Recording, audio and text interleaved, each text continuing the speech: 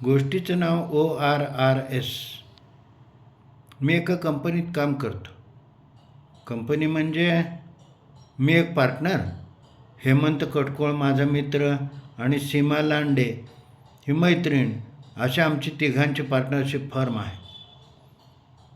आम्ही तिघंजण एकदमच इंजिनियर झालो. आता इंजिनियर होणं काही एवढं अवघड नाही राहिलेलं. पूर्वी अवघड होतं ते. आमचं कॉलेज म्हणजे 2-2.5 नंबरी असेल, 100% प्लेसमेंट असं ब्रोशरमध्ये लिहितात, पण कोण येतच नाही नोकऱ्या द्यायला. मग विचारलं ऑफिसला की म्हणतात येणार आहेत. मग करायचं काय?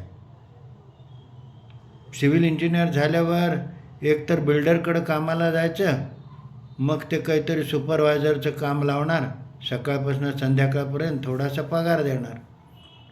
आम्ही विचारत होतो काय करावं पुढं. हेमंताचे वडील हेडमास्टर होते एका जवळच्या खेडेगावामध्ये. त्यांचा एक विद्यार्थी होता हिरा कापसे. मग लोकनियुक्त सरपंच असे काहीतरी आलं होतं. त्यावेळेला तो इलेक्शनला उभारला.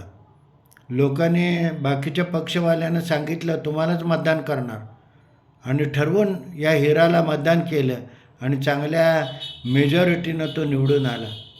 पहिल्यांदाच त्यानं खेड्याचे मुख्य प्रश्न रस्ते आणि पाणी याला हात घातला. पूर्वी 2 स्कीमा आल्या होत्या गावामध्ये, पण त्या दोन्ही फेल गेल्या होत्या पाण्याच्या, कारण वजनदार लोकांनी आपल्या घराकडेच ते पाईप वळवले होते. मग ते वडील म्हणाले आम्हाला, तुम्ही घेताय का बघा काम. आम्ही गेलो ग्रामपंचायतीमध्ये, अटी बघितल्या, तर त्यामध्ये लोकवर्गणीतनं काम करायचं असेल तर कुठल्याही कंपनीला काम देता येत होतं. तसा आम्ही अर्ज पाठवला आणि अर्ज मंजूर झाला. प्लॅन तर तयारच होते. त्याप्रमाणे आम्ही पाईपलाईन घातली, नदीपासून पंप हाऊस केलं, एक मोठी टाकी बांधली आणि गावात नळ फिरवले. उद्घाटनाच्या दिवशी 2 तासामध्ये टाकी भरली.